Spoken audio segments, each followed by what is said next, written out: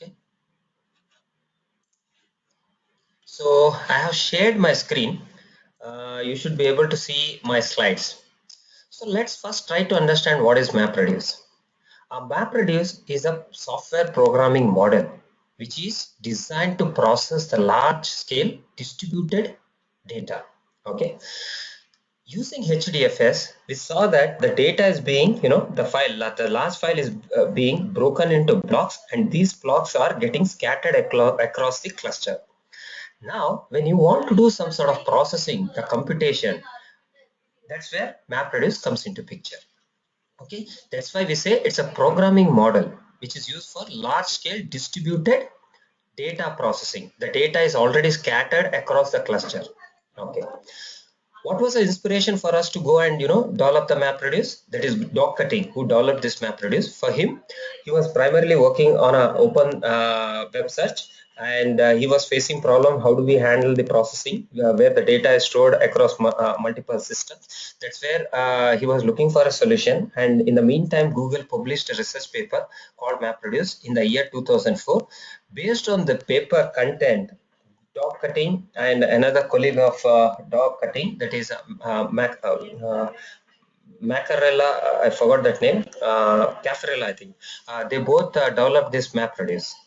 The concept of MapReduce, the Apache MapReduce, is more or less the same what we see in Google's research paper. Okay. The Google themselves, okay, were inspired to develop MapReduce based on one of the earlier functional programming called Lisp. In Lisp programming, they had a concept of map and reduce. Okay. By looking at those concepts, they said we need to develop something similar to that for processing distributed data. That's how they developed MapReduce. MapReduce is a programming model, and the programs can be written in multiple programming languages. One of the language happens to be your Java, or you can use Python also. You can write the programs in PHP and Ruby. These are scripting languages. Okay. At a high level, if you see this image here, it actually takes input data. Then there is first phase. MapReduce, actually, the processing happens in two phases. First phase is called a map phase, and second phase is called a reduce phase. The input data is first given to the mapper phase, which does some sort of processing. The output, whatever is generated, we call it as an intermediate data. This intermediate data is fed into the reducer phase. The reducer phase takes that intermediate data and process it and generates the final output. Okay, are you with me so far?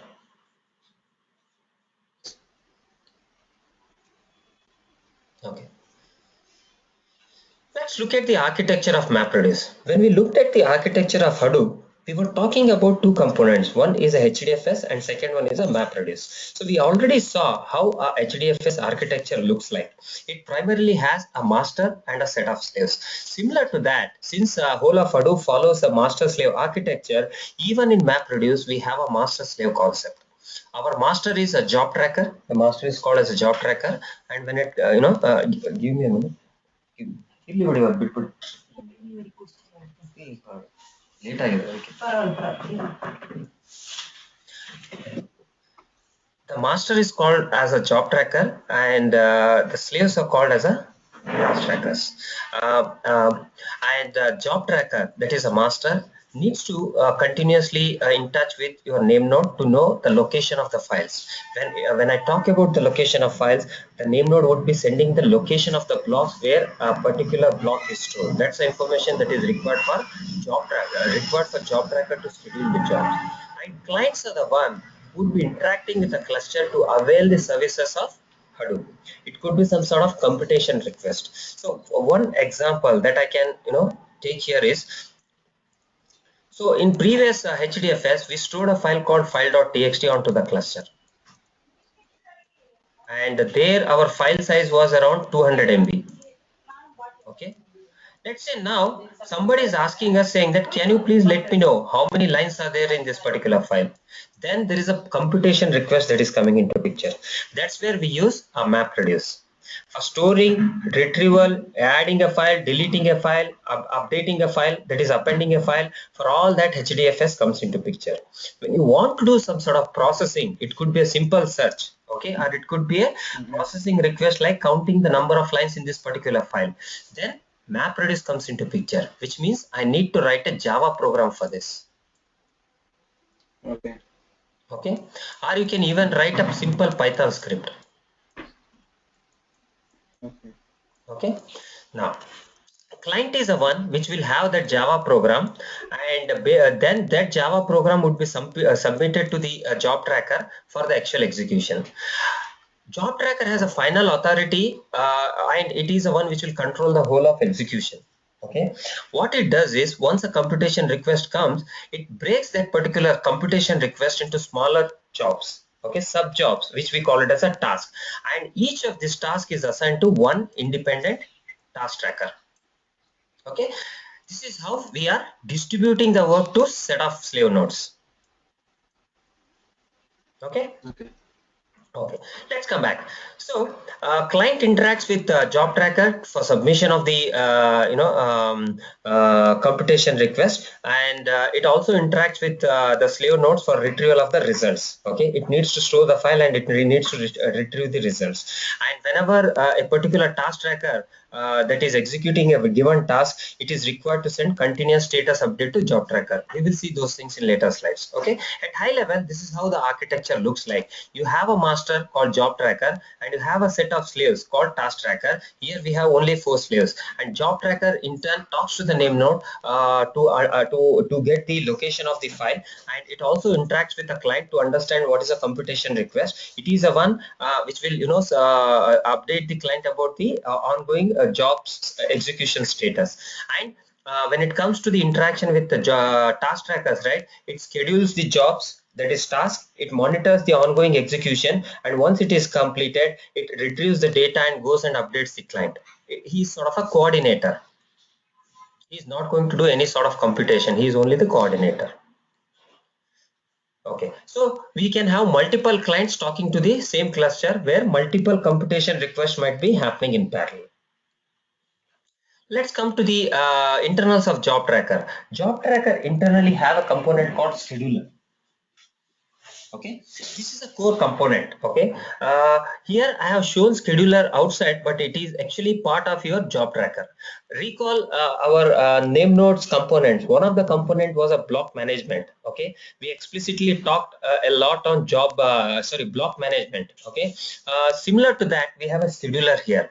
Okay, this scheduler is internally well integrated into the job tracker, and job tracker as one single entity is actually interacting with a set of task trackers. Periodically, task trackers are required to send a message called heartbeat message. This basically sent by the task tracker to the job tracker to inform that a particular task tracker is up and running. Along with this status update, it is also updating the ongoing computation task execution status info. If a job tracker has assigned, let's say, task A, okay, what's happening with this particular task? That sort of status is continuously sent by task tracker to job tracker, and it is periodically sent. When I say continuously, it is periodically sent, and that periodicity is every 3 seconds. By this, job tracker knows which all task trackers are doing what job and how much resources they are consuming.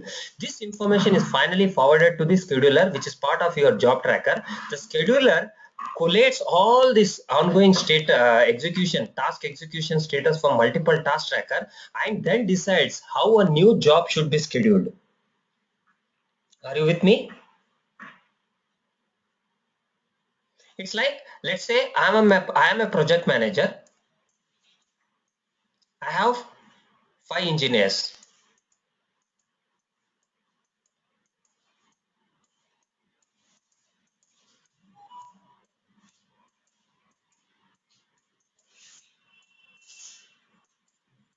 Okay, let's say I have assigned each one a task in the beginning. Let's say I have assigned task 1 to first fellow, task 2 to second fellow, and task 3 to third fellow. Let's say last 2 fellows are free. Are you there, Skrijit? Kshitij? Hello?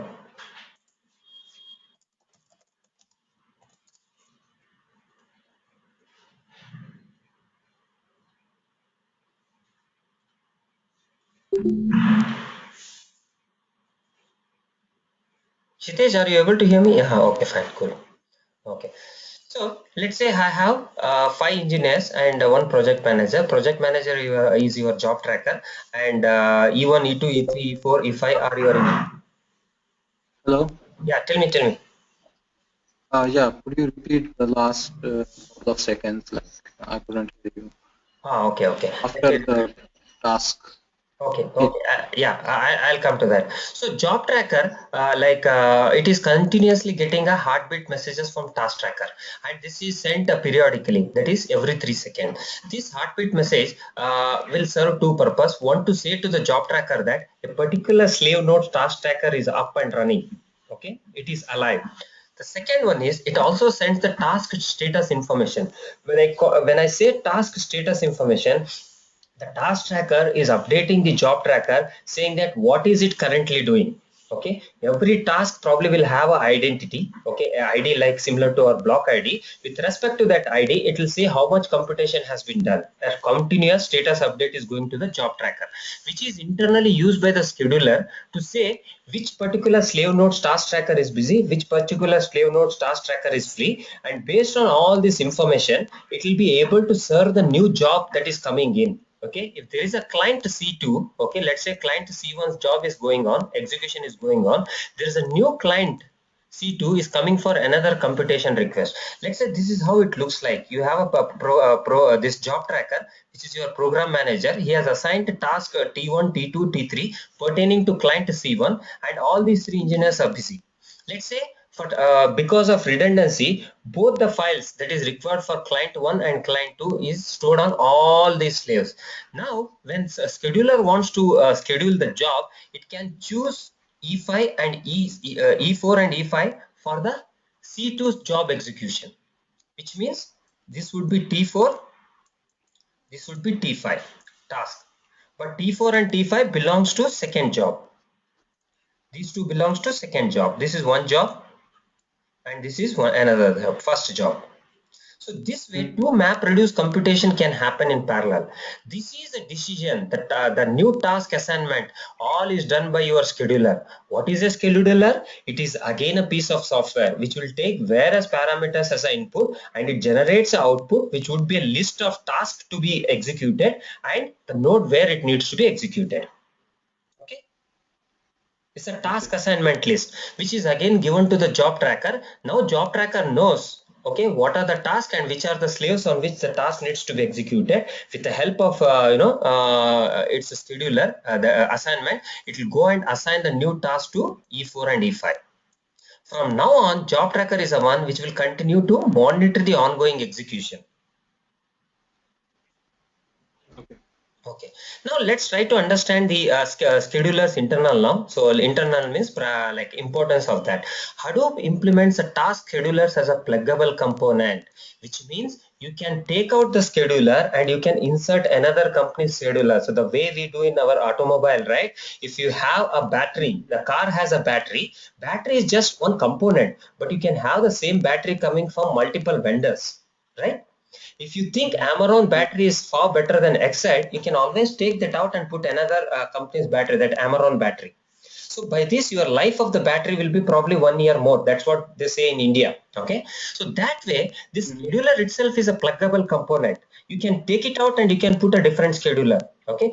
By default, Hadoop supplies three types of schedulers, three variants. One is called first in, first out, capacity scheduling, fair scheduling. We are not required to know at a user level how these schedulers are working. These are more of, internals of job execution. We are not required to know. But what you need to know is the scheduler is a pluggable component, and the type of scheduler that we are going to use will have a big impact on performance of the MapReduce execution. Okay. Okay, and scheduler is a one which controls the order of task execution, which task should be executed first and which task should be executed next. That is what is decided by scheduler. When we take a bigger job and break it into smaller ones, okay, the order of execution is decided by the scheduler. And resource allocation, which task should be executed on which slave node, how much resource should be allocated, all those things would be decided by this guy. Because Okay. of that, the role of scheduler has a big impact on MapReduce performance. and the time it takes to complete a given job execution. So this, I would say, a little advanced topic. If you don't remember all the content of this particular slide, that is still okay. What you need to know is there is something called a scheduler, which is a pluggable component, and by default, Hadoop supplied this sort of thing, and the type of scheduler that you use will have an impact on your performance. Okay. Okay. Yeah. And remember this heartbeat and status info. This we already studied in HDFS. It's similar to that, which means now if you try to look at the HDFS and this one together, there are two status messages being sent by any slave node. One by the data node daemon and second by the task tracker daemon. The data node daemon is sending the status update, that is heartbeat message, to name node, and the task tracker is sending a heartbeat message to job tracker.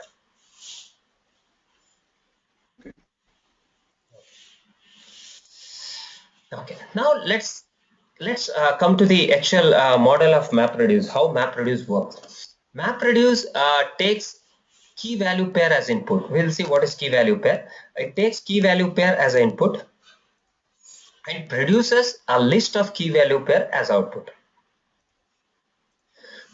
What is key value pair? We saw in earlier class, right?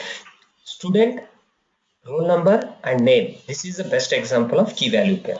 If you take a given class, any class in any school, it will have a set of students, and each of these students are identified in a class by a roll number. And each of this roll number, the student will have a name. The names can be same, but roll number cannot be same.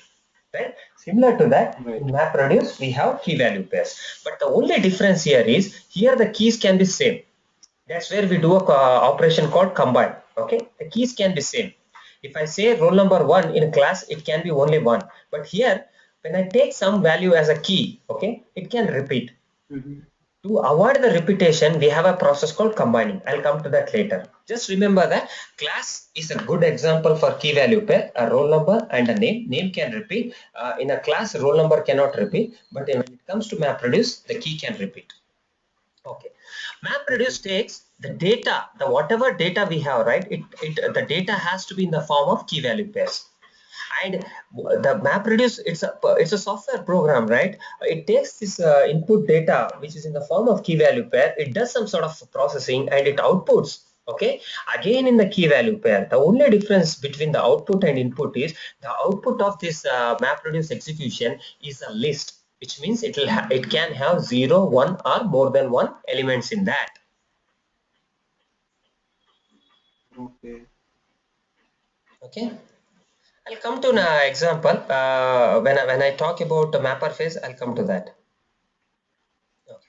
So the whole map reduce, as I said earlier, it is done in two phases. One is called a mapper phase and second one is called as a reducer phase. What is a mapper phase? What we do in mapper phase, we organize the input data to be processed. Okay. In reduce phase, what we do is the data that needs to be processed in the reduce phase, right? We try to organize that input data. And how do we achieve this a transformation of data from the input source to the intermediate thing? We have a Java function called map. This is a method in Java. We call it as a method. The user needs to write source code for this. We need to write the program for that. Whatever code we write, that is a program that would be executed on a given key value pair, and the code that we are going to write, that is the one which will decide what would be the output of a map method. Okay. Mathematically, I know you are not able to clearly understand what's happening here. I'll come to an example. Mathematically, we write mapper phase computation in this form. Map of k1 comma v1. K1 is a key one, first key, and v1 is a first value. And the output of this guy is a list which will have a set of keys and values, and these set of keys and values are different. Okay, let me take a simple rhyme, okay, which I'll show it to you in my this one also. Do we have, yeah, I have this rhyme here. Let me take this rhyme. So yesterday I took the same rhyme for somebody else. Okay, let me say this is a text file. Okay, and these are the line numbers that I have added. It has 10 lines. Okay, this is your text. This is Baba Black Sheep poem. So ideally we'll not have line numbers like this. We will only have the English text. Baba Black Sheep, have you any wool, lesser, lesser. This is what we will have. Now, when we try to do a map, let's say we have a problem at hand where we need to count a given word. We need to identify a unique word and see how many times this particular word is occurring in a given text file. Let's say this is a text file, which means I need to see how many times ba is occurring in this. Ba one time, two time, three time, four time. Now black one time, two time. Okay, this is how the output should be generated. Somebody has asked us to create this list. Black two times, then sheep how many times? Baba Black Sheep one, two. I think it is only two times. Okay, two. Like this, we want to generate the list for all the words that are there in this particular text file. Are you with me? Yes. Okay. Let's say this is a task that somebody has given it to us.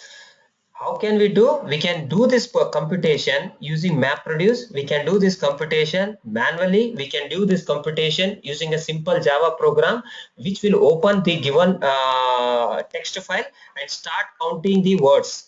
First, I will find the first word and I'll keep on comparing all the words in the file and see how many times ba has come, and I'll start outputting the each unique word and how many times it has occurred. That can be done. But since we are talking about the MapReduce, it needs to be executed in a little different format. The Hadoop is providing us a MapReduce framework, and we need to understand how it is processed on this particular framework.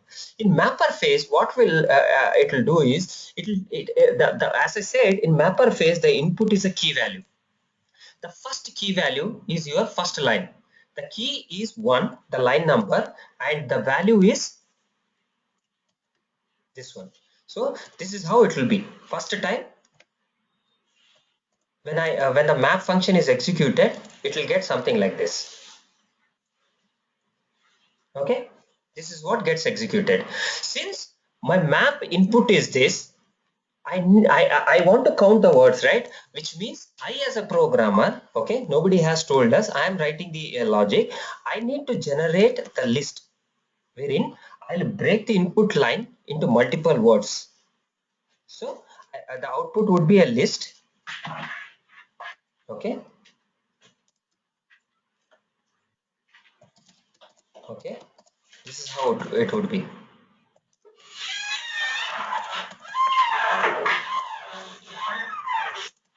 Okay. I'll repeat this so on up to cool. Okay.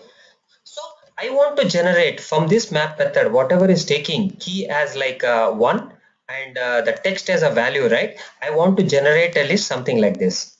Now how do we generate? Let's say I have given Java code to you, and if you put that Java code in this map method, the map function, you are going to get an output in this format.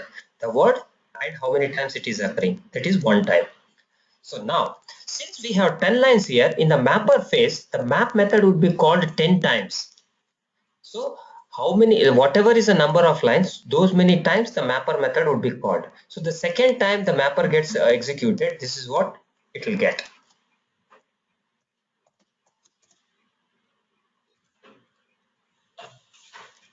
So I'm removing the special character that will make our life simple.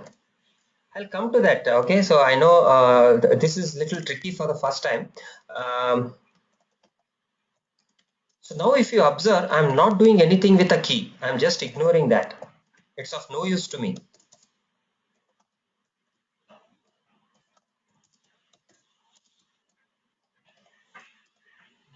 Okay, so this is how the second time the map method is called or like executed on the second line, the output would be something like this. This will repeat for all 10 lines.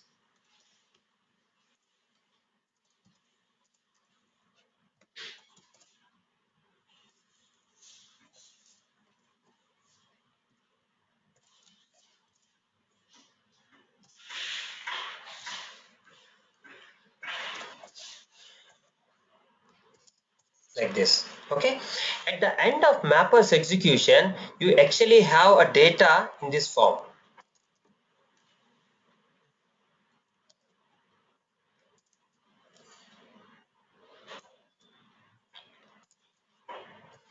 Is this clear? Any questions here? Yeah. Okay, so let's No. come, yeah, okay, let's come back to this. So we said the mapper is organizing the data, input data, so that it can be processed in the reduce phase. And how does it do? It basically has a function, a Java method called map, and for that we need to supply a key value from the input file, and as output it will generate a list which is of a different key k2 and a different value v2. So if you see now our text file, this is what it has done. It has taken a line by line, and the map method is called on every line of our input file, and it is generating the output, which is a list, and the values here and here are different. Here the key was 1, here the key is bar, here the key is black, here the key is wool. This is k1, this is k2.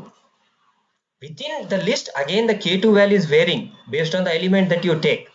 Similarly, the map method is executed on all 10 lines, and it is finally producing the data which is of this form. This is called intermediate data, and this is the data that I pass it on to reducer. Okay, now let's come to the reducer. What is reducer? Reducer aggregates the intermediate output for multiple map methods to generate the final output. Okay, now since we are talking about the distributed programming, we only spoke about one instance of mapper running on a one particular slave node, but nothing is stopping us to run the same map method on multiple name nodes, sorry, data nodes. You remember when we talk about a file called file.txt, it gets broken down into multiple blocks, and each of these block goes and gets stored on one particular slave node, right? Yes. Yeah. Okay. So I also talked about a concept called data locality.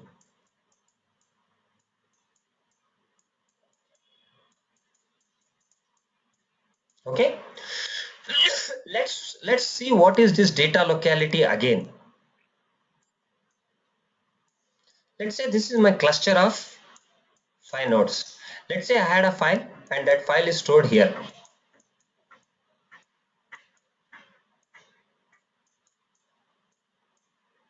3 blocks. Okay, the file.txt is broken into three blocks. This is slave 1, slave 2, slave 3, slave 4, slave 5. Okay, when I say slave, internally it has data node, it has job task tracker. Here master has name node as well as job tracker. For simplicity, I have put a Hadoop architecture. Now the whole of this computation, when I want to do on a file, this file, let's say whatever text we have seen here, right, that file is actually broken down into 3 blocks, block b1, b2, b3, which means the whole of this operation that we did as a part of map has to be done here, here, here. Okay, the same processing is done on 3 slaves, and doing the computation on the data node where the actual block is stored, that is what is called as data locality. Do the computation on the node where data is stored. You remember this was one of the feature of Hadoop. Yeah. Okay, The data now doesn't has to travel. yes, you are right. Now we may ask a question saying that what if S1 is busy? In that case, I can schedule the computation request here. There is a task tracker here which is sitting free. I can tell, the job tracker can tell to this particular task tracker saying that, can you execute a task for me? But the data is residing on slave 1. So in that case, Hmm. this guy needs to talk to this particular slave, get the data and do the computation here and generate the output here. Okay, this is not data locality. Whereas when you move the computation to the slave where data is residing, that is called data locality. Okay. Okay. Yeah, Yeah. that the same computation whatever we spoke here, right, it is actually now running on 3 different slaves. Okay, now let's see what's happening in the reducer. I'll keep this diagram as it is. In reducer phase, what it Hmm. is trying to do, it is aggregating the intermediate output from multiple map methods. The map method is running here, the map method is running here, the map method is running here. 3 instances. me see if I can pop. Oh shucks, man! I erased it. Okay, I didn't want to erase, but okay. Okay, so we had actually three slaves where the computation was happening. In reducer phase, what happens is the framework, the MapReduce framework will take the output from all these three map methods and then pushes that output to a slave where the reducer is going to run. Okay, and for reducer I'll come to that. So I have a diagram for that. I'll show you a bigger picture later on. The output of all map methods will be pulled onto a different slave. On that particular different slave, we now execute a different Java method, and that particular Java method is called as a reduce method. See here. So what is reduce method? Mathematically, the representation is this: reduce of K2 list V of V2, which generates a final output, which is again a list, which will have a different key and a different value compared to your inputs, compared to your original inputs. Okay. Whereas if you see the output of map and input of reducer, the keys are same. See this? I'm Mm-hmm. maintaining the key as same. The only difference is the value is becoming a list now. Okay. Okay, let me show you. This comparison you are able to appreciate, right? The mapper input is Yeah. K1 V1. The output is K2 V2, and reducer input is K2 V2. For simplicity list, I'm ignoring K2 V2. The output is K3 V3, which means all the keys and values are different at all the phases. Okay, so Yeah. when I sequentially, if I draw this is how it is looking like. Okay, this is how it is looking like. This is your K1 V1, this is your K2 V2, and this is your K3 V3. This is how it looks like. Okay, now let's go back to our example of a Baba black sheep. Okay. Okay, uh, uh, hey, just a small point. Yesterday I was talking about Hive and Scoop, right? Can you try yourself, importing the data to the Hive table? Okay, you should use parameters like this. Yesterday I showed it to somebody else, so I thought I'll show it to you. Okay, we have options like Hive hyphen import. Using this keyword, we'll be able to take the data from MySQL and import it into Hive table directly. So this is a hint for you when you are trying hands-on. We are selecting the Okay. database here, saying that database should be student, and what is the table where the data should be imported. Okay. Okay, yeah, let's come back to this. So let me go to my Baba black sheep example. Okay, now let's say this was processed. This is your block one. Let me call it as block one. How did I Mm-hmm. do that? Let me go in a little structured way. Let me call it as a block one. Let me call this was a block 2 content, and let me call this as a block 3 content.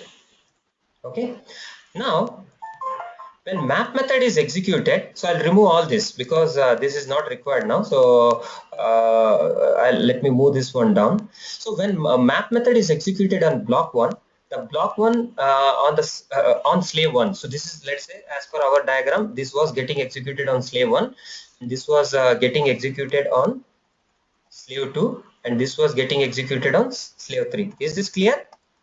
Whatever Yeah. architecture that we have taken that time. So now the map method on slave 1 would generate output something like this: bar 1, bar 1, okay, then black 1, sheep 1, have special character I'm ignoring, 1, you 1, Mm-hmm. okay, then any 1, then bool 1. Like this, it will keep on generating on slave 1. Similarly, we'll have a word and corresponding count for slave 2 also, which means 1, 1, for 1, the 1, master 1. Okay. Similarly, there will be other lines, other words from the other lines. Similarly, on slave 3 also, we'll have the data. That is, whatever we have here, Baba, black sheep. The same thing will repeat there. Okay, now Okay. this is output of Map method. In reducer, what it is trying to do is, it is going to take all this output, okay, and then do the reduce Mm. phase. In reduce phase, we try to count how many bars are there, which means in between the map and reduce, the data gets shuffled. The similar words would be moved to one particular reducer. And then a given reducer will get input in the form of bar. How many times? There is a 1 here. Okay, 1. There is one more 1. It will have a 1. There will be one more 1. It will have something 1. There is one more 1. It will have something 1. This is a list. Okay. Now go back to your reduced definition. See, the value is a list. The key is bar.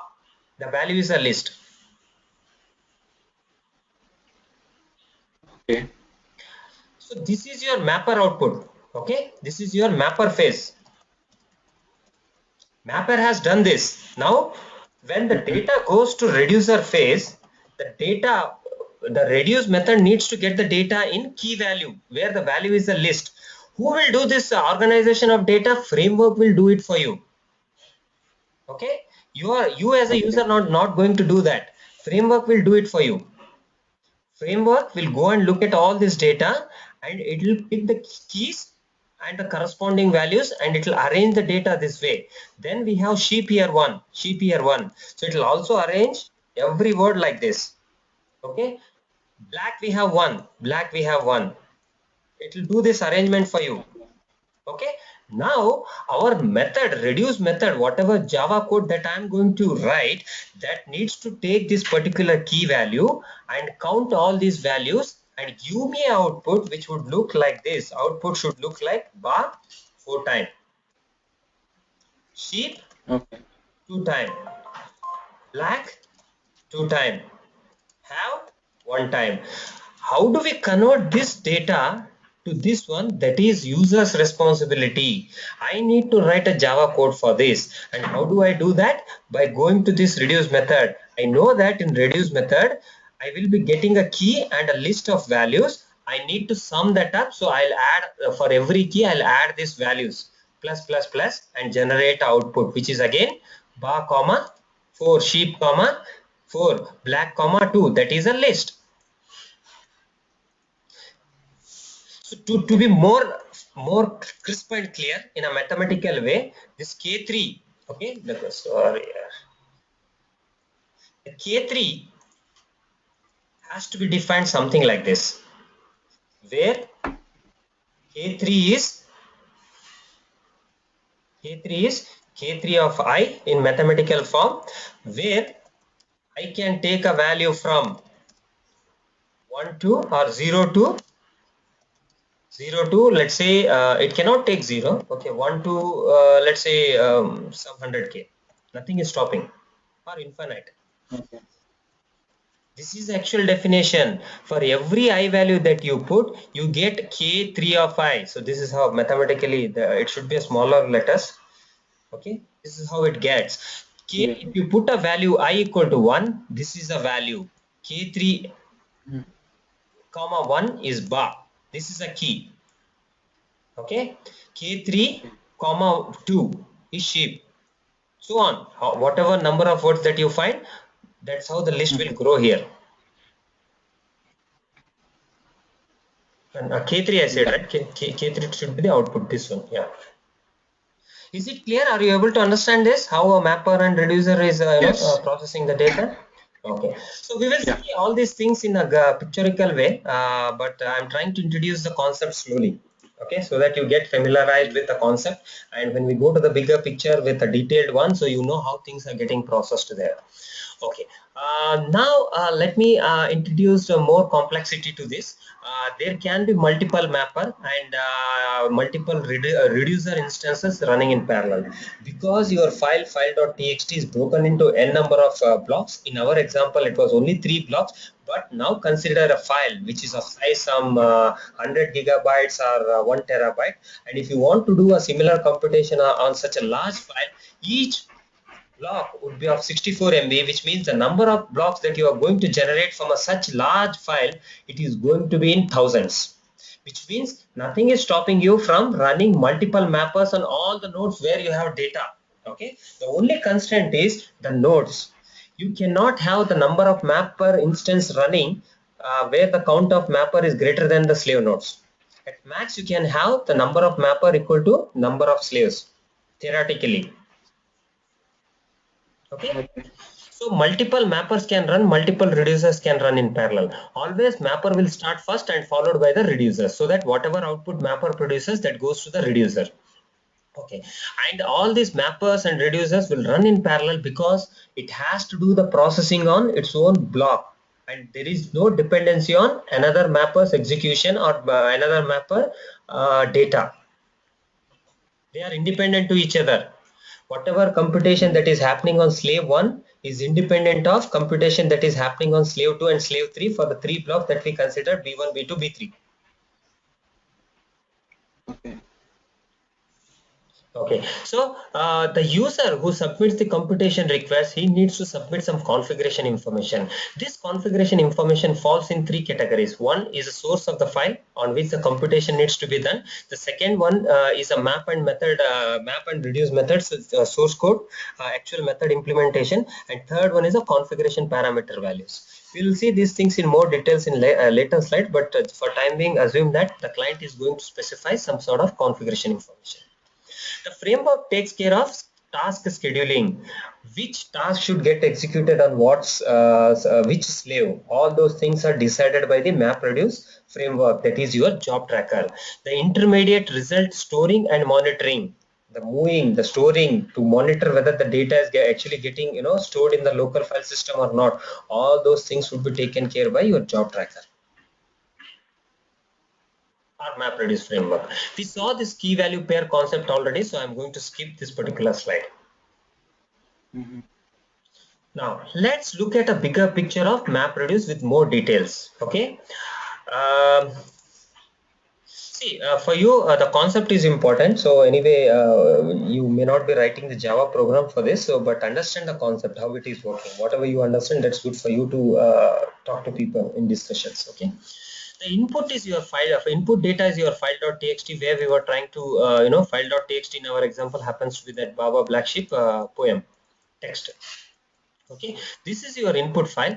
It is broken into smaller pieces, which is called splits. Okay, each of splits can be mapped to one of the data block.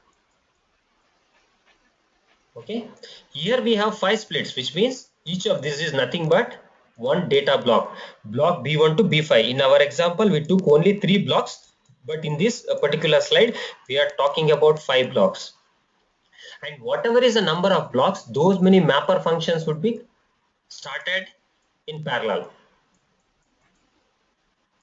Okay, the computation is happening in parallel on each of these blocks B1 to B5, and these guys produce the intermediate output. Once the mappers are done with their computation, the framework comes to know that the mapper are done, the data is shuffled, the output of all this data is reshuffled, and there is some logic that goes on. Okay, I'll come to that later on. And the data is rearranged so that the reducer can take this input data and start processing this data to produce the final output. Okay. Okay. Okay, so Uh, hmm, yeah, so the input data is split into different blocks, and then mapper phase is applied to those blocks, yes, and that generates the output, which is the intermediate files. yes. And reducer then takes those files and what the shuffle do. Yeah, I'll come to this shuffle. So the shuffle, for time being, what I want you to understand this shuffle as rearranging this data. Mhm. Okay, rearranging this data so that it helps the reducer function to work optimally. We will see how it Okay. rearranges. For time being, assume that MapReduce framework knows that there needs to be some rearrangement required to this output data. Okay. Okay, we'll come to that. Now, let's take the same.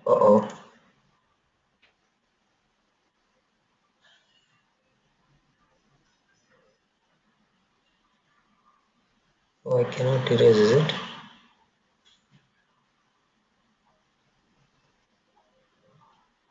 Okay. Okay. Um, Okay, let's take the same word count problem, but this time I want to take simpler text instead of Baba Black Sheep having 10 lines of text. I'm taking simpler 3-line text, which has let's say this is your input file, and this input file has only 3 lines. Bake, make, cake. The words are repeating so that we can do the actual word count. Snake, eat cake. Snake, make cake. Let's say these are the 3 lines that we have, and for simplicity assume that the first line goes to the first block, second line goes to the second block, third line goes to third block, which means this is stored on one particular slave node, this is on the second slave node, this on the third slave node. Because of this configuration, I'm able to run 3 mapper function in parallel.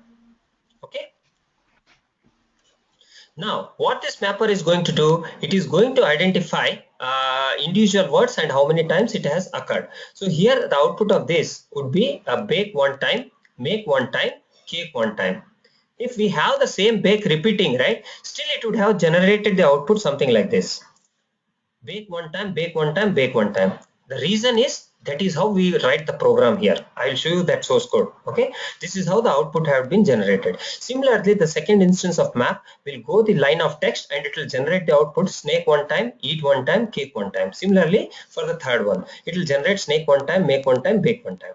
Now, is this clear so far? Is it clear what make is map is Yeah. doing? Yeah. Now I was talking about the shuffle.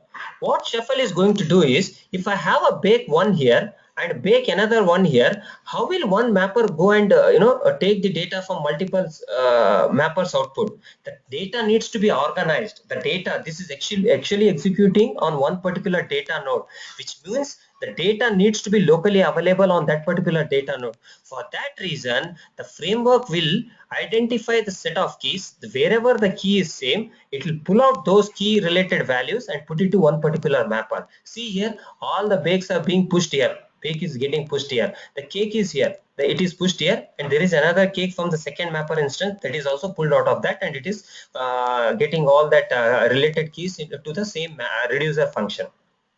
This is called Okay. partitioning or shuffling or combining. There are 2-3 Okay. terminologies that they use in MapReduce.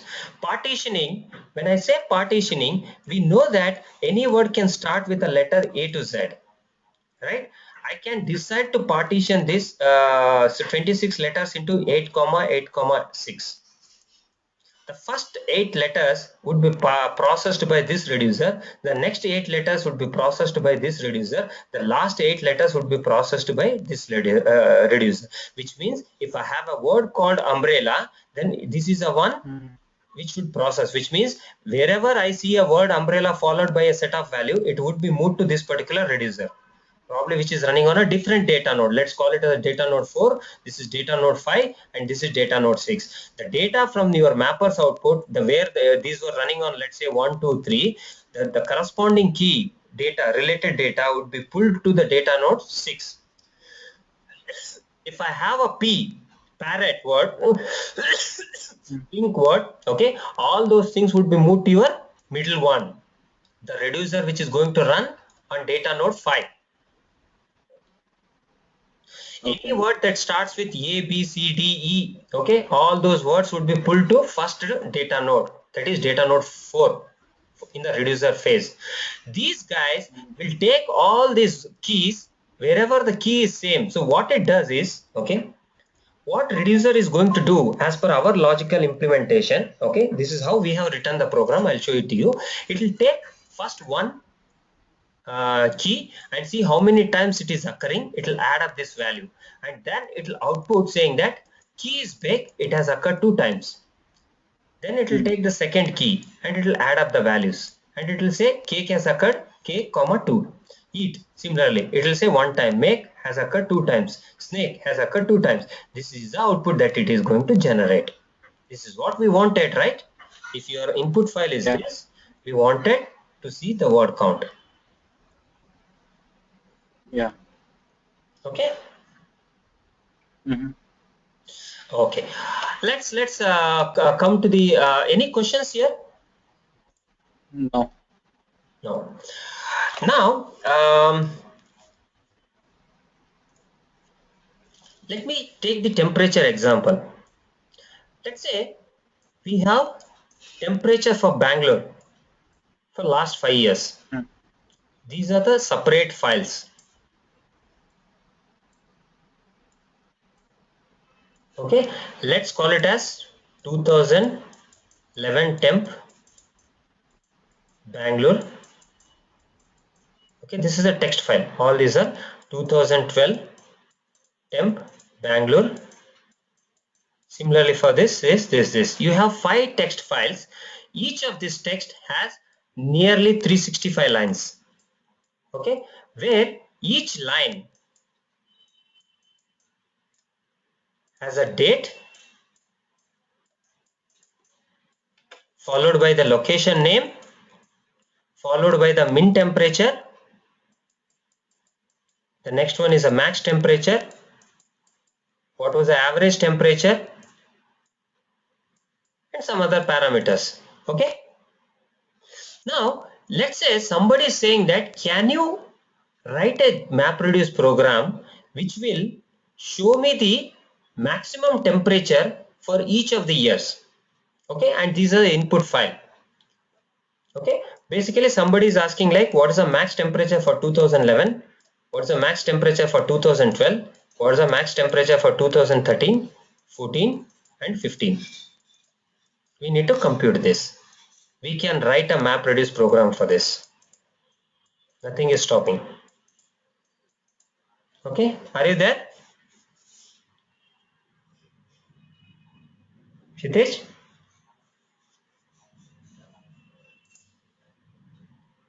I'm not able to hear you. Looks like audio is gone. Ah, you are there. Okay, fine. Okay, you are able to hear me, right? Yes, okay. So let's say this has 365 lines, assuming there are 365 days in a year. Okay, so there might be some exception, leap year, all those things. So let's say for simplicity, I'm saying that this has data for each day for a given year, and we want to compute what is the max temperature for 2011, 12, 13, 14, 15. Okay, which means the input is this one, a line where your key is a date is a key, and this is your value. This is MapReduce input.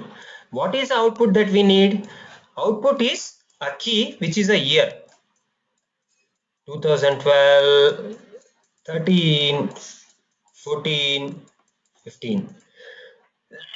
Value is max temperature,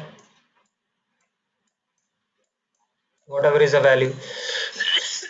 Which means if somebody has given me a input files like this where the data is organized in a form of like date followed by the location and min max and all, right, I would choose to take date as a key, and whatever follows this particular key, that is date, I will take that as a value. Now I will assume this is going to be our map methods input. Within that I will write a code which will extract the max temperature value, okay, for each date. Or what I can do is, can you think of solving this problem? What should be the logic? How do you do this? So what is we want to find out what was the maximum temperature for each day every year, right? No, not each year, no, not each day. I want to know what is the maximum temperature that Bangalore has reached in a year 2011, 2012, 13, 14, 15. I only want 5 max. In January 1st, the max Bangalore temperature in the year 2011, it can be 38. And in December, Mm. let's say in May, it has reached 41. And for no other day in the year 2011, the temperature has not crossed 41, which means against 2011 I want to see a value 2000 this 41 Okay. So the maximum temperature that occurred throughout the year. throughout the year. Yeah, Okay. So we have to look at the max temperature column for each day of every year, Yes, you and are then right. we have to select the maximum temperature of every year Yes, yes, of that those values. yeah. At a high level, this is right. You are right. But how do you translate this one into map operation and reduce operation? Okay. Uh, Map is, I mean, first part would be easy, obtaining maximum temperature for each day, Mhm. let's say for the year 2011. But the Mhm. second part would be to identify which was the highest temperature. That would be the tricky part. Yes, yes, you are right. You are exactly right. So what we need to do is, I told you that the map method would be called for every line, right? For every line of Yeah. input. So since we have around 365 lines here, for every line I know that I'll be getting data the way we defined here. This is input file. So Mhm. in Pig we used to do this data processing, right? I said the key is going to be key. So date is going to be the key. So I said the key to the map method would be date, and whatever follows that, Okay. that is your value. Okay, this is what I am going to Okay. get as an input to the map. In map Mhm. method, when I write the code, what I want to do is I want to output the date, but the only the year part, only the year part. Why? Because I want only the 2011. So when I get a Mhm. date, when I get a line of input from 2011 file, I'll be extracting the year part of that date, and I'll output that as a key, followed by the value for each day. For each day, I'll start outputting something like whatever is the max temperature, let's say 20. For January 1st, I'll output like this. For January 2nd, 2011, I'll output like this. For January 30th also, I do the same thing. Only the year followed by temperature. I do this for all the days in 2011. By this, you are actually Mhm. getting the year and a set of values for that year's each day temperature. In reduce phase, what I will do is my key is same now. Key is same, right? Okay, so you have a table with the, I mean, you have the output with the 2011 as the key, Yes. and you are having 365 values. Yes. Now, instead of adding the way we did in word count, here I will write a Java code which will find the biggest value of these out of these 365 values. That is what I'm going to output as a reducer output. First output from reducer would be 2011. We said it is 41, right? When my code gets executed, it will output 41. Mhm. Make Okay. sense? Yeah. Okay. This is how we do the computation in MapReduce. Okay. Now, Okay.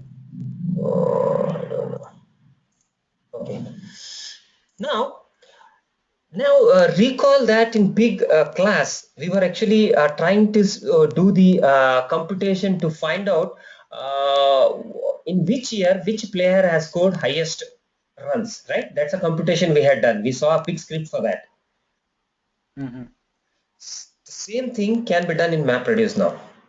Now we saw that when we talk about the temperature, we extracted the year, and then we had a 365 values. We did a iteration through these 365 values. Whichever was the highest, we picked that and we outputted that value. Similarly, if you are talking about another example where we want to find which for a given player, what is the highest score he has scored, we can do apply the same logic there. The only difference is your key would be the name of the player followed by the year in which he has scored a particular it should be something like this. Player ID Okay. and output would be year 2011 underscore the runs that he has scored. We are clubbing two values here. So in the reducer phase, you'll get a player ID and list of values like this. Here, the runs he has Okay. scored. Let's say he has played only in three matches in 2011, 2012, and 2013. For simplicity, I'm taking some simple data here. Okay. 2013 and let's say 50. So in reducer phase, this is a data. This is what I'm generating in the mapper phase. When it comes to reducer, Okay, what I will do is I will take this particular value, split this one based on underscore as a separator, field separator. So I get two values now, 2011 and 88. Similarly, I repeat it for 2012 and 90. And similarly, I do it for 2013 and 50. I'm interested to know highest score. So I take this list and find out what is the highest score. Here the highest score is 90. Then I take the corresponding year, that is 2012. Then I go and output player ID. Okay, player ID followed by 2012. Again I club these two because I can send only one value. So I concatenate this. I create only one string. Okay, I concatenate this and I send output like 2012 90. So that would be the highest runs he ever scored, Yes, and in what year he scored. yes. Okay, got it. Yeah. Yeah, so this is what we how the whole concept what I was trying to explain it to you is the map method and reduce method logic needs to be defined by the user, that is us. Only thing, okay, which cannot be changed by us, the main thing which cannot be changed by us is the way input is coming, the way out needs to be generated. It is all fixed. The rules are defined for you. The input is going to come in this format, that is key value pair. The output should be in the key value format. Now, by looking at the data that is given to you, we need to decide what should be the key, what should be the value. In temperature example, I said the key is the year, which was extracted from Yes. date. When it came to the player's data, I said the key is going to be the player ID, right? Okay. Yeah. When it came to the word count, I said the key needs to be the word that we are counting. Based on the key value is fixed. Based on the data that we have as an input, we need to define what is Okay. key, what is value. Okay. So basically you have to use logic to Yes. do programming. Yes. Okay. Okay, let's come to the job execution. The whatever we discussed so far, let's try to see those things in action. We have a cluster here which has slave nodes 1 to 16. Okay, this is 4, this is 8, this is 12, this is 5, this is 7, this is 13. These are the slave nodes. You have a job tracker, you have a name node. This is how I have organized my cluster. I have a client machine which is trying to take the service of this particular cluster. Let's say we have a request, we have request to do some sort of computation. As a part of this computation request, we'll have three configuration parameter. First is the input file where the computation needs to be done. Then we have a set of configuration parameters or values, and then the source code, the map and reduce method, and a driver class which I'll show in next 5 minutes. Okay, so this is the information which is already given by the user. This is sitting on your client machine. What client will do is, first, since the file is new, first we need to store this particular file on top of the Hadoop cluster. I am now bringing back the HDFS file write operation concept. It will first compute how many blocks needs to be created. The file size is 1 GB. I am assuming here for this example, the HDFS block size is 256. Okay, and because Okay. of that, it will go and create 4 blocks. It created 4 blocks on the client machine. Now it is trying to write these 4 blocks on top of this cluster. How does it do? Client machine primarily goes and talks to the name node. Name node says you can write the first block on some three data nodes. Similarly, the process will repeat for second block, third block, fourth block. We saw this one in HDFS, right? So let's say all these things are Yeah. done in the backend, and client is now pushing the data. I'm showing the original copies only. I'll show the replications later. The original copies are pushed in So this way. this is the job of name node Sorry? to this is job of name node to replicate three copies and store it on data node, right? Yes, yes. Name node will say where to store. The client is the one who will go and write the data to the corresponding slave nodes. Name node, when client communicates to the name node saying that I have a file with 4 blocks, I want to write it. Venkatesh, Yeah. what exactly is the client? I mean, is it like me if I'm using my computer? to communicate with a cluster. So am I the client? Yes, you are right. Your machine is a client. See, when I say client, okay, let's imagine a typical scenario where some company has set up a cluster. The way we see on this screen, we have 16 slaves and two systems dedicated for master. In total, we have 18 servers. One of the server is configured as a name node. The second server is configured as a job tracker. Remaining 16 servers, low-end servers, are configured as slave nodes. All these servers are connected over a switch and they are connected to each other. Okay, this is there in your lab. Now, people like you and me, we want to write, or we want to write some big script. We want to create some Hive tables. We want to run some MapReduce programs. For that, I don't need a server. Okay, you can use your own laptop, install the Hadoop client software, okay, and do the configuration whatever we have done on the slave nodes with respect to the IP address, who is a master, all those configuration. Now your client machine can talk to any of these servers there. Okay, Okay. the only difference is the daemons, the name node daemon, the job tracker daemon, the data node daemon, the task tracker daemon, the secondary daemon, none of these will run on your laptop. If you run any of these daemons on your laptop is also a part of cluster now. Which means if you are running a data node daemon on your client machine, on your laptop, the name node will think that this is another slave and it will start storing data onto your hard disk. Okay. But we don't want to do that. We are not starting any daemon service on your machine, and your machine is not required to have high-end configuration because we are only submitting the read-write request or file storage request or computation request. It can be typical user laptop. So in the back end, this client machine is actually connected to the network or the LAN. Or there is other ways wherein you can do a remote login to one of these servers which is sitting in the LAN, and you can run your Java program on any of these server. Nothing is stopping you. But if you screw up something on that particular server, the clusters one node will go down. To keep things safe, people don't allow this to happen. Generally, in any organization, see, if we have a team of 10 people and if everyone goes to one of these servers and if they start running the Java program there, and for by mistake, let's say if they do some wrong thing, if the server goes down or hangs and all, right, so your cluster is losing one data node now. Yeah. So to avoid such issues, they say that, hey, you either do a remote login where there is a dedicated workstation out of this cluster which is dedicated for user programs execution only, or they can install the client software on top of your laptop and you can submit the request from your machine itself. Mm-hmm. Okay. Okay. Yeah. Okay. Let's come back then. So that is how the machine communicates with the cluster, like through a remote login, or how? Sorry. Both How would the things are client possible. machine?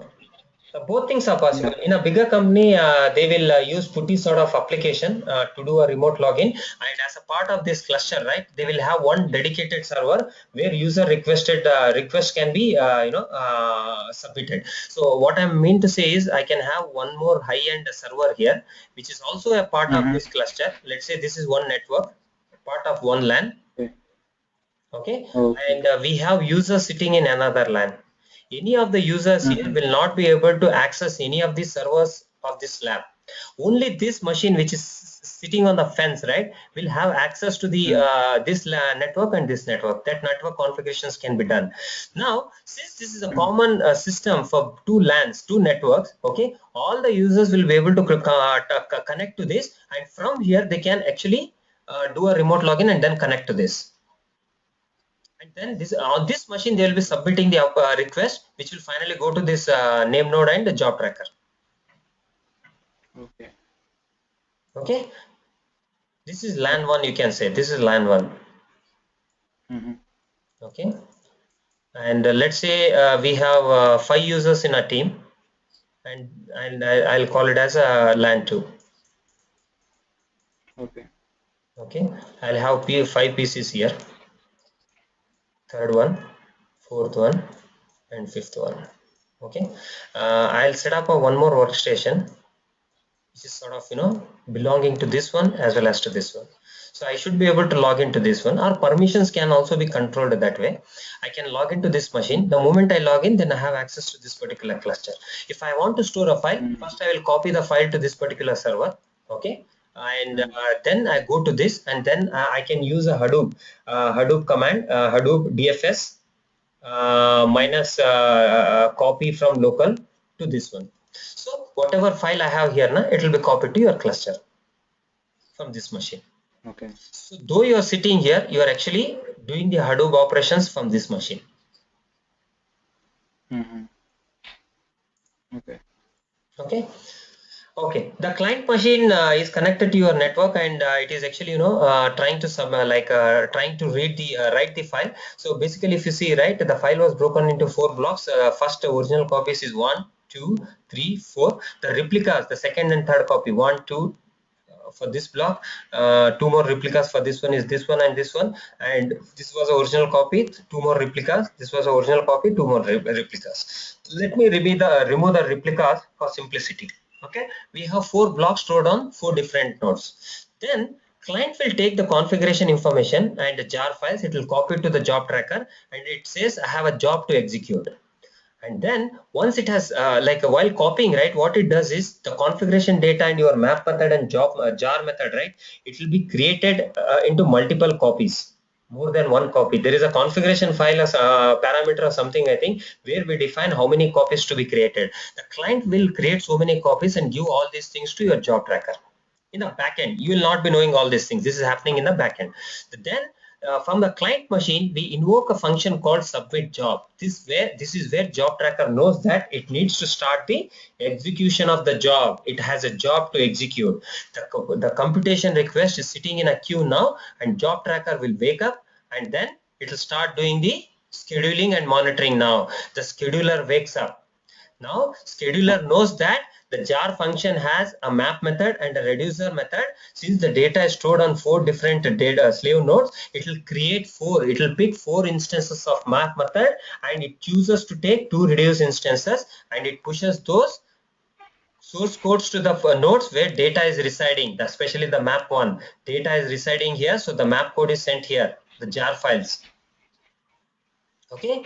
Now what will happen is, along with this, it will also push the configuration files. The heartbeat that you are seeing here now, this is the status messages that are continuously sent by the slave nodes to the task tracker, so that the job tracker knows what's happening on each of these slaves. Then the configuration information is also pushed to all the slaves where the job needs to be executed. Then the mapper function will take this input data, it will process that, and it will generate the output data. Watch for the color. So the color has changed. This is your output data. Okay, this is now sitting on your local nodes memory, Linux file system. Then the job tracker comes to know that the mapper are done with their processing. This is where it does the shuffling operation. When it is does the shuffling operation, it already knows that the reducer is going to run here, and here the data needs to be moved to this corresponding machine. So it rearranges the data and shuffles it and moves the data to the place where the reducer is going to run. Now reducer has the data to process. It takes the data, it starts processing, and it finally generates the output.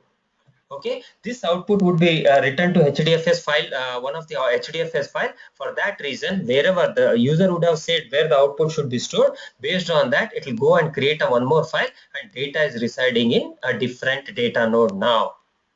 This is how the overall execution of MapReduce happens. Okay, Okay. then once this is So done, yeah, once it is done, the job tracker then, gets a yeah. go ahead. Once this is done. Yeah, once it is done, the final status from the task tracker will go to the job tracker. Then job tracker will inform the client saying that your job is done. The client was one which defined what is the input file, what is the output file. It knows where the results are stored, which means we, the user who are sitting on this particular laptop, will go read the data from this particular location. This is the output file. Okay. Mm-hmm. Okay. Okay.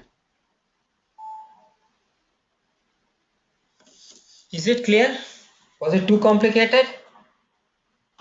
A little bit, but it's clear. So this heartbeat messages, they are only sent by task trackers where the mapping operation is done. No, They no, are no, not no, sent. no. No, no, it is sent by every task tracker. For simplicity, right, I just added only here. Otherwise, no, there will be too many hearts coming out of our 16 systems. Okay, okay, For simplicity, just to show, because in the flow, I wanted to show it to people saying that task trackers are updating the job tracker saying that what is going on at their end. So okay, it is sent by everyone. So whether there is a map reduce that operation getting done or not, they are required to send that. If they fail to send heartbeat message, it means to say to the job tracker that that particular task tracker is dead, which means the node is not alive. Let's say if this particular task okay. tracker is not sending a heartbeat message every 3 seconds, which means job tracker will assume that this particular node is down. Hmm. So going forward, the scheduler will never send any task assignments to for this slave. Okay. So in this whole cluster, you are having 16 servers. How many 60. of those are, yeah, how many of those are data nodes and how many are task trackers? See, a data node and task tracker needs to be run on all the slave nodes. Every slave node, Okay. okay, has to have both the components, data node as well as task tracker. Hmm. The reason is the data node daemon is responsible for storage, Hmm. Yeah. okay, and task tracker is responsible for computation, processing. Okay. For that reason, on every slave we run these two. So a server can be both data node and task tracker. Sorry?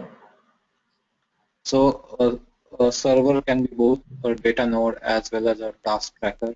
Yes, yes, yes, it can, it can. These are actually two sort of application on Windows machine. Okay, you can run multiple applications, right? Similar to that, these are two different application. In Linux terminology, we call it as a daemons. They are running in parallel. Nothing is stopping. So, in fact, if you see our pseudo cluster on a same machine, we are running all five daemons, right? We didn't had any problem. They can exist on the same machine, but performance is the one which will go for toss when you actually deploy such a thing in real life. Hmm. But for actual distribution, for actual Hadoop computation, right? We need to have both the things running on the same thing. The data node will take care of storage part, and the task tracker takes care of computation. Data locality, everything will come into picture. If we try to run these two things on two different things, you'll not be using the resources optimally. So we can say that there are 16 data nodes and 16 task trackers in this cluster. Yes. Uh, and then when it comes to name node and job tracker, so there are two different servers for one specific purpose, or Uh, even there we have two different applications. See, this is again a debatable topic based on computation that you are going to do, based on amount of data that you are going to store on this particular cluster. We may take a call to run these two daemons on a separate machine. You remember for name node, the limitation is a RAM size. How much RAM you have on our name node is what is going to define or what is going to decide how much data you can store onto the on top of the cluster. Okay, let's say if you try to store too many files, which are large files or small files, too many files, and if you decide to run both job tracker and name node on the same server, then the actual physical RAM in our case on our setup, it was 4 GB, and it is now being used by two processors. One is a job tracker daemon and second one is a name node, which means name node will not have access to the complete 4 GB. It may have only 2 GB access, which means the capacity of its Mm. storage will come down now by 50%. Okay. So these are all configurable parameters. In theory, what I would say is the name node, secondary name node, job tracker, everything can run on a same server. Nothing is stopping. It depends upon how much storage you are going to do, how much processing you are going to do. Based on that, people decide to run these things on different servers. Now, again, if you see the biggest cluster that Yahoo had, they were able to run name node on one particular server and job tracker on second different server, and they had 4,000 nodes. Okay, assume they had gone for the highest RAM of 256 or 512 GB RAM. With that high-end RAM GB RAM size, they were able to control 4,000 slave nodes. Imagine the scale that one name node can handle. Now, for our cluster of 16 nodes, okay, I can say that I can very well run both the things on the same server. Nothing is stopping. Okay.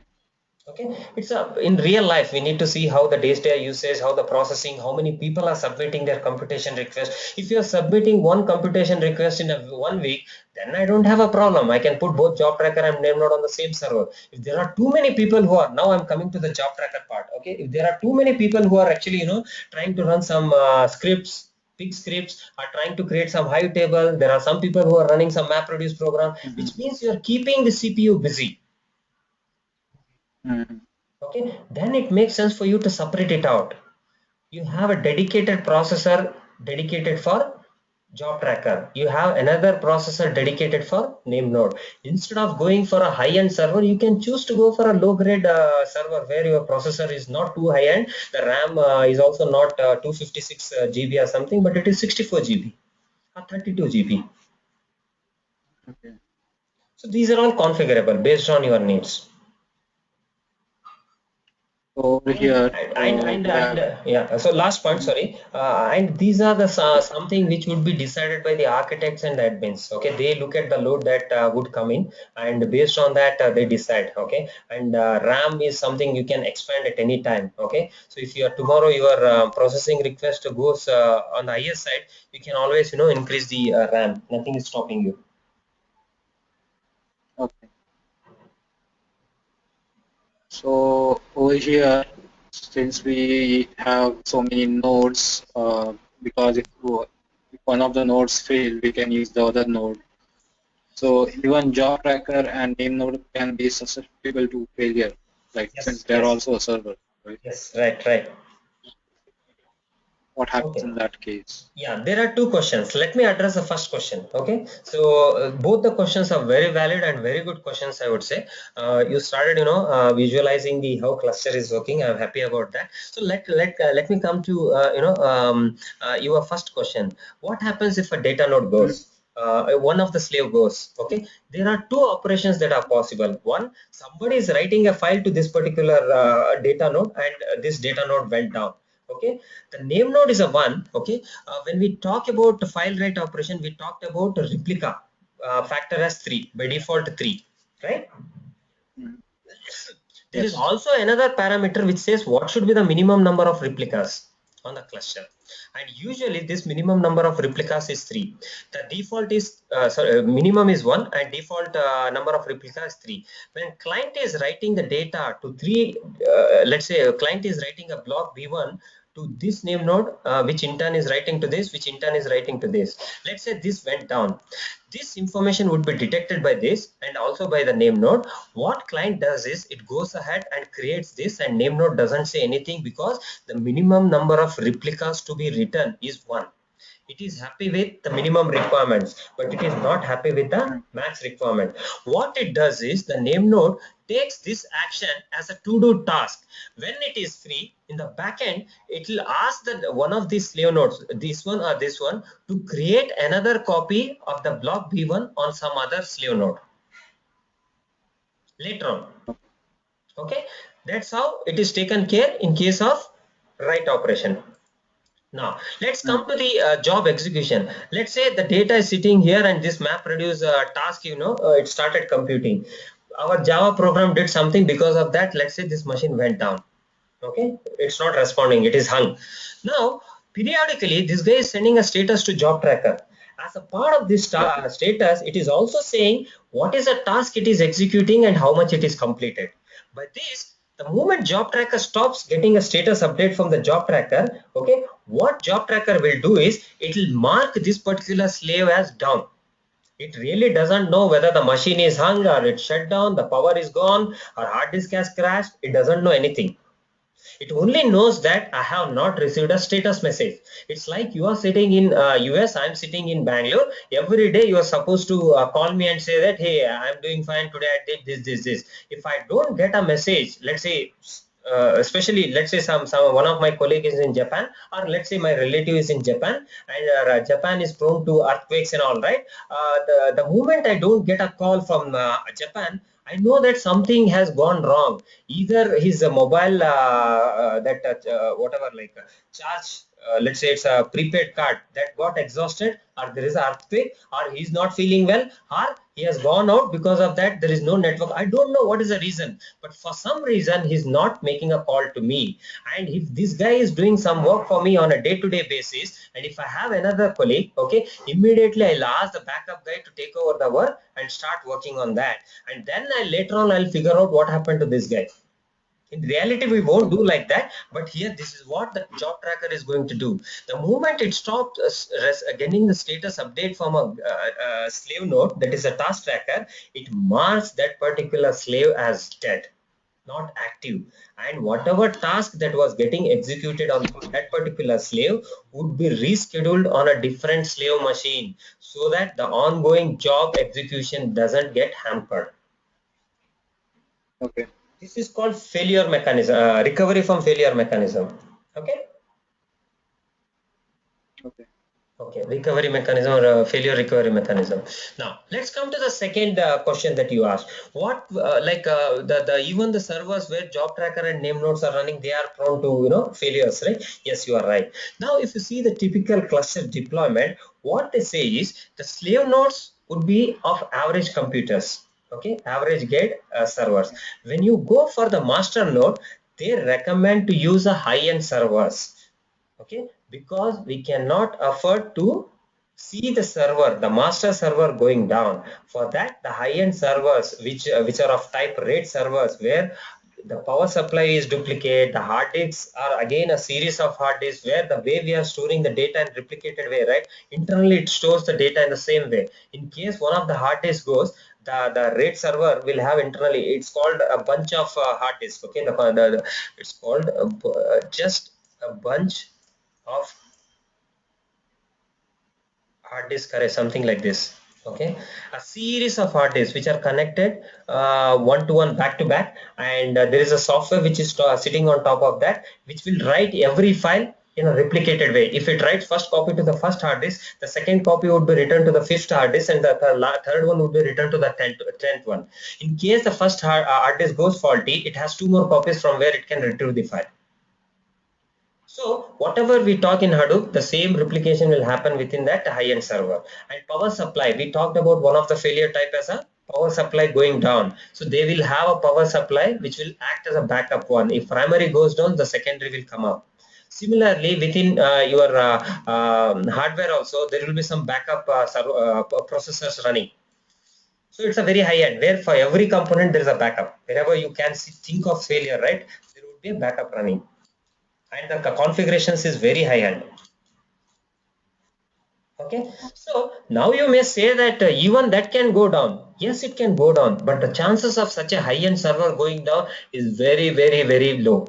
So usually they talk about downtime, and they talk about downtime which is the uptime, they talk about something like 99.99% up.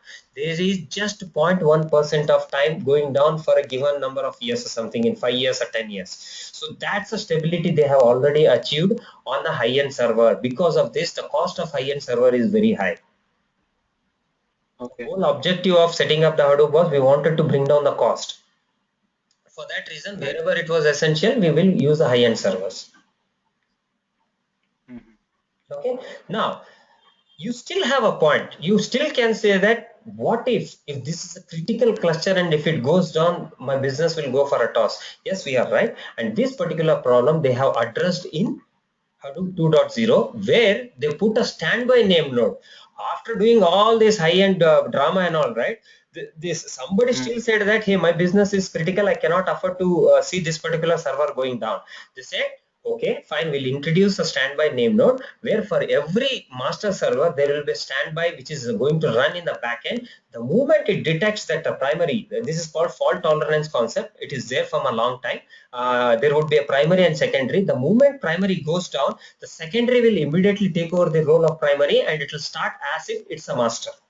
The operations of the ongoing computation, storage, everything will go seamlessly. There will be very small downtime between the switching from primary to secondary. So that is the job of the secondary name node. Sorry, that is? That is the job of the secondary name node to test No. That is a different secondary name node. I'm talking about a standby name node. Sorry, these namings are all confusing. Whatever we saw in yesterday's architecture as a secondary name node, that is different. I'll come to that later on. Okay. Now I'm talking Okay. about a standby name node. I have a primary one and a standby name node to this, a backup guy. The moment this guy goes down, the secondary, the standby will come up and it will take over the role. It is always up. Okay, when we talk about the standby name node, it is also running in parallel to your primary name node. This is also your standby guy. Standby name node. Whatever status message that is going to the primary name node will also go to the standby guy.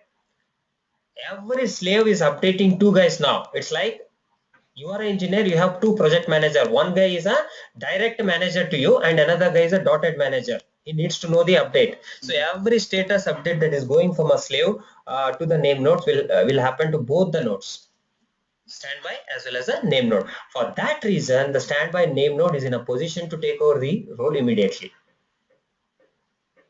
And I think there will be some sort of connection between these two, wherein this guy tracks to see whether the primary node, name node is up and running or not. Okay. Okay. Okay, so I think what's the time? Let me. Okay, okay. Let me try to see how much. Shall we stop today and continue tomorrow? Shall I take another 15-20 minutes to cover something? If it's continuation of this, then we can. But if it's coding and something, then we can do it tomorrow. Okay, okay. And So what is the next I think it's slide? related, but not completely related. Let me do one thing. Let's break here today, and tomorrow Okay. let's start with the concept of serialization, deserialization, and then we'll see the data types and a lot of other things. Then finally, I will show you how to run a MapReduce program. Sure. Yeah, yeah. Okay, fine then. Thanks, man. So let me stop here, and tomorrow same time we'll again start the class. Tomorrow is Saturday. Okay. Sorry. Shall we have class tomorrow? Uh, Tomorrow Tomorrow, is it depends on you. I mean, I'm okay with it, I guess. Or we could have it your time, Saturday evening, whenever.